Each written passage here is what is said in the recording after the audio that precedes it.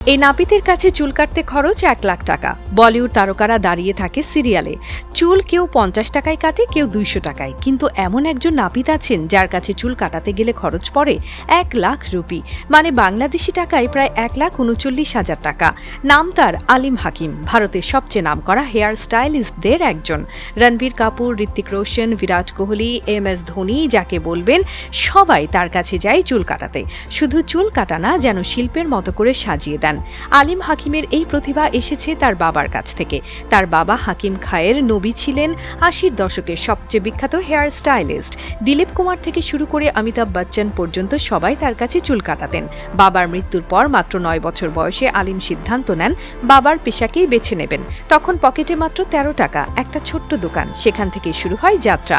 এখন তিনি বলিউডের সব তারকার মাথায় হাত দেন, আর সেই হাতের জাদুতেই তৈরি হয় এমন লুক যা পোস্টারে ঝুলে থাকে। আলিম শুধু চুল কাটেন না, পুরো লুক ডিজাইন করেন। কোন চুল কোন স্টাইলে কাটা উচিত, কোন রং যাবে, কোন গড়নে কেমন কাট মানাবে, সব হিসাব মাথায় নিয়ে কাজ করেন। তার দোকানে ঢুকলেই বুঝবেন এটা কোনো পার্লার না, এটা একটা স্টুডিও।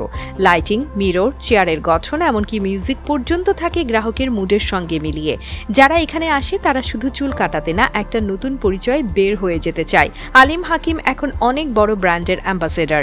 লরিয়াল থেকে শুরু করে নামি দামি কসমেটিক্স কোম্পানি তাকে নিয়ে কাজ করে।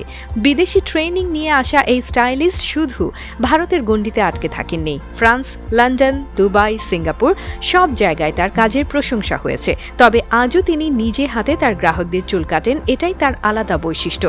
বলিউডের অনেকে তো এমনও বলেন, ক্যামেরার সামনে আসার আগে যদি আলিমের হাতে না যাওয়া হয় তাহলে নিজেকে পূর্ণ মনে হয় না। রণবীর কাপুর, যিনি স্টাইল নিয়ে সব সময় আলোচনায় থাকেন, তিনিও আলিম হাকিম ছাড়া চুল কাটাতে চান না। ঋত্বিক রোশন, যার চুলের কাটিং নিয়ে তরুণরা পাগল, সেটাও এসেছে আলিমের হাত থেকে। বিরাট কোহলি, যে কিনা মাঠে যতটা অ্যাগ্রেসিভ, মাঠের বাইরে ঠিক ততটাই স্টাইলিশ। তার হেয়ার স্টাইলও আলিমের ডিজাইন করা। এত কেন দাম? কারণ এখানে আপনি শুধু একজন নাপিত পাচ্ছেন না, পাচ্ছেন একজন স্টাইল কনসালটেন্ট।